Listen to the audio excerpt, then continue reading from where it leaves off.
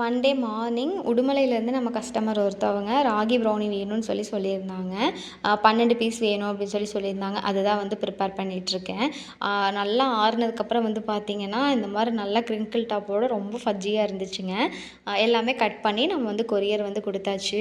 நான் first courier order அப்படிங்கிறதையே மறந்துட்டு எப்பயும் போல் வந்து பாக்ஸ் எல்லாம் அரேஞ்ச் பண்ணிவிட்டு அதுக்கப்புறம் டக்குன்னு ஞாபகம் வந்துச்சு.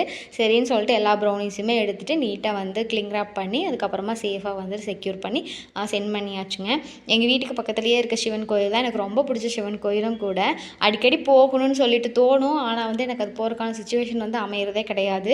சும்மாவா சொன்னாங்க, அவனருள் ஆளே அவன் தாள் வணங்கி அப்படின்னு சொல்லிட்டு நம்ம சிவனை கும்பிடணும்னா சிவனோட அருள் வேணும் இல்லையா? இன்றைக்கி தான் வந்துட்டு மனசு வச்சுருப்பார் போல். சரி வா வந்து பார்த்துட்டு போ அப்படின்னு சொல்லிட்டு கொரியரெல்லாம் போட்டுட்டு வர்ற வழியில் அப்படியே சிவன் கோயிலில் வந்துட்டு கூட்டம் இல்லைங்க, நிம்மதியாக வந்து சாமி கும்பிட்டு வீடு வந்தாச்சு. இன்றைக்கி மண்டே எனக்கு வந்து இந்த மாதிரி பீஸ்ஃபுல்லாக ரொம்ப ஹாப்பியாக தாங்க போச்சு. உங்களுக்கு எப்படி போச்சுன்னு சொல்லுங்கள். மறக்காமல் நம்ம பேஜை ஃபாலோ பண்ணிவிட்டு உங்கள் ஃப்ரெண்ட்ஸ் அண்ட் ஃபேமிலிஸ்க்கு ஷேர் பண்ணிக்கோங்க. தேங்க்யூ.